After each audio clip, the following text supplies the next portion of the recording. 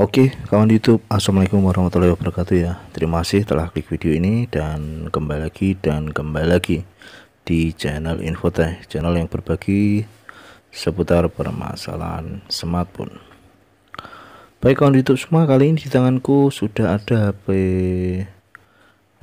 Asus ya. Kebetulan ini rusak LCD-nya dan hari ini saya dapat kabar itu si user atau pemilik HP membawa LCD sendiri ya. Intinya ini saya hanya melakukan jasa pemasangan dan kebetulan untuk tipe HP-nya adalah Zenfone Max Pro M1 dan di sini tertulis TFT. Ini yang membeli usernya sendiri ya kawan-kawan.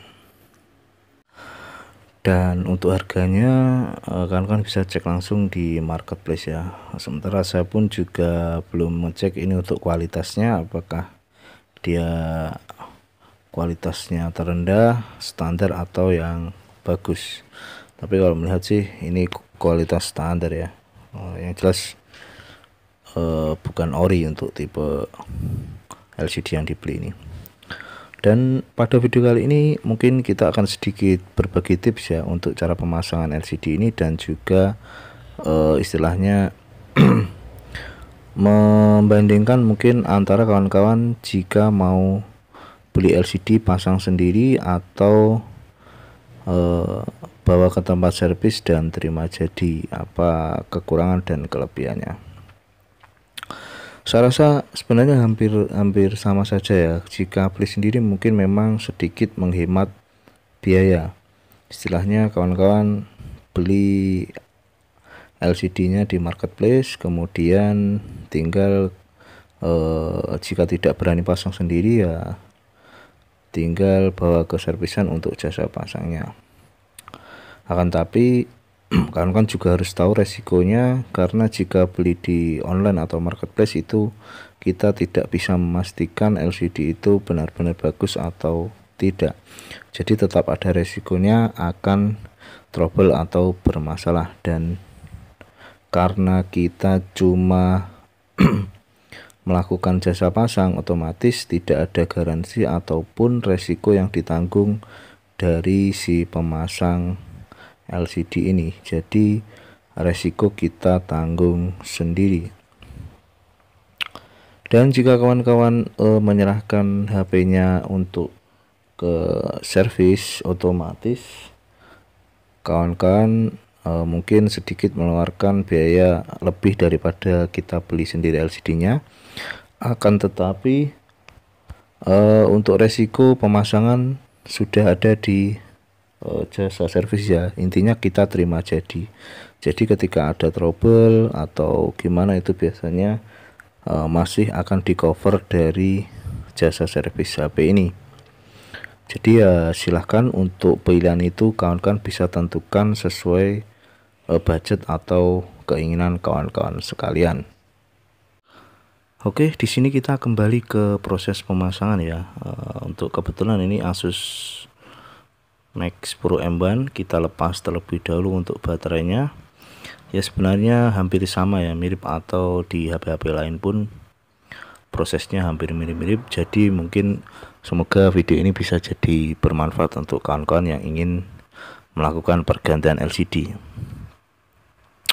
Setelah baterai terlepas, selanjutnya kawan-kawan lepas LCD yang rusak ya, atau kita lepas LCD ini dari tulangan. Dan untuk melepasnya saya menggunakan silet dan juga mika, karena posisinya ini masih kuat.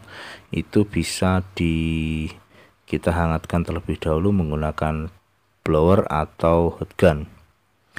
Dan jika tidak ada juga tidak masalah sebenarnya, kawan kan bisa congkel aja atau bisa gunakan alat bantu lain ya, karena ini posisinya juga sudah trouble ataupun rusak, dan langkah selanjutnya kan kita mau ganti. Jadi sebenarnya tidak perlu diamankan atau tidak perlu diselamatkan pada proses pelepasan ini. Cuma di sini memang saya menggunakan penghangat atau blower pemanas agar mempermudah saat pelepasan saja. Jadi untuk melepas ini fleksibel, jika kawan-kawan tidak ada juga tidak masalah. Seperti ini saya gunakan juga untuk mencongkel LCD karena ini posisinya juga sudah pecah ya kawan-kawan. Dan di sebelah sana kita sudah siapkan LCD yang baru. Untuk smartphone memang LCD ini sangat krusial, seringkali rusak atau pecah atau retak atau sentuh layarnya itu error atau ngaco ya, karena dia sangat rentan ketika terjatuh atau kena air, atau terkadang juga dia tertekan pada posisi tertentu, mungkin biasanya ditaruh di tas atau di tempat-tempat tertentu, itu sudah menyebabkan LCD ini akan bermasalah. Dan ini sudah terlepas untuk LCD yang rusak. Dan satu lagi yang perlu kawan-kawan perhatikan untuk penggantian LCD, bekas lepasan ini kawan-kawan harus benar-benar bersihkan ya, jangan sampai ada sedikit sisa atau pecahan yang tertinggal pada tulangan, karena itu sangat beresiko, bisa menyebabkan untuk LCD yang baru nanti justru akan pecah atau bermasalah. Di sini saya lepas segelnya.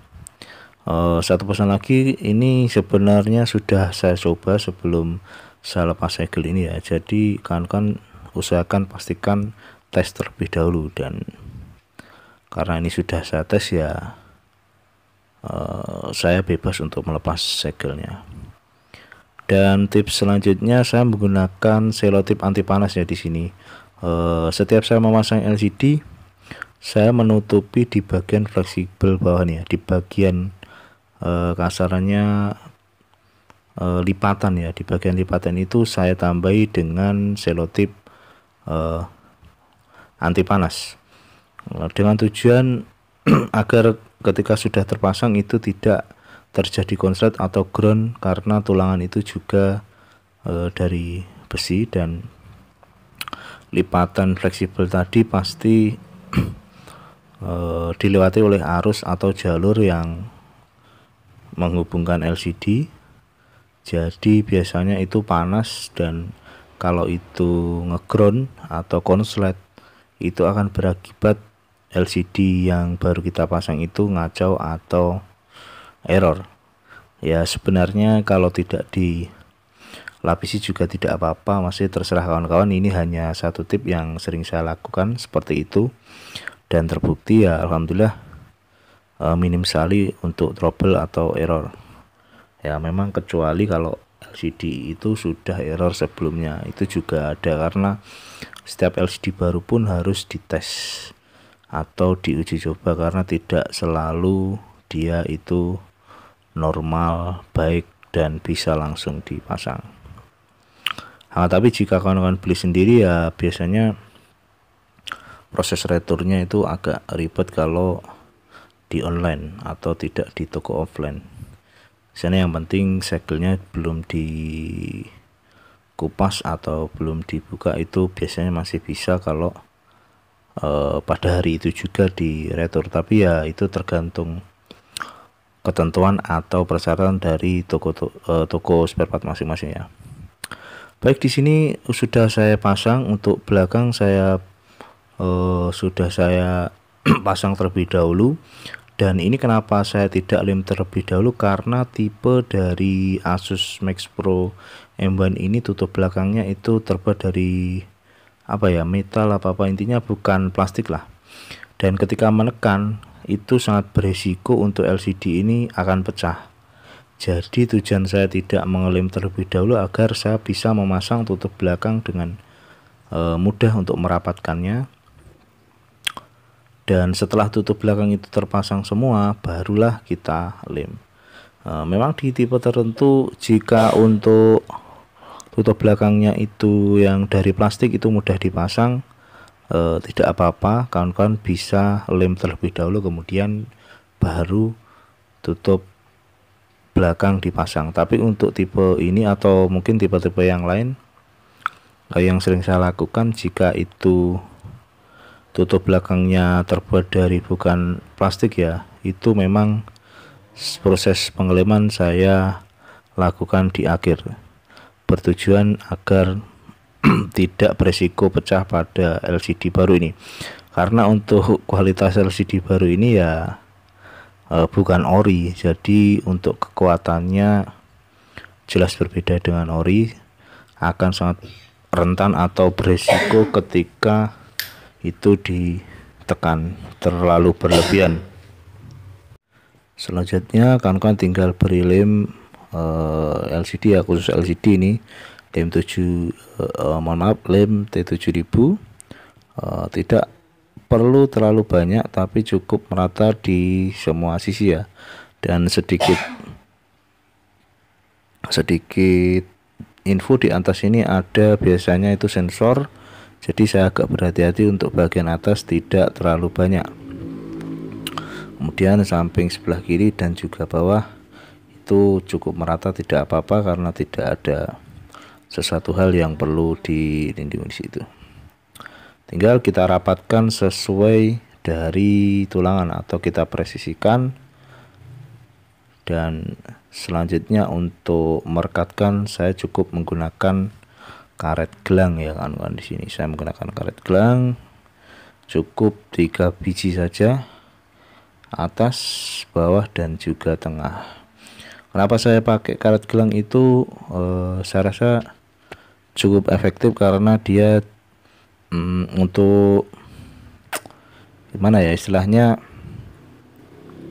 merekatkan itu tidak terlalu kuat dan juga tidak terlalu lemah, jadi pas atau sedang-sedang saja.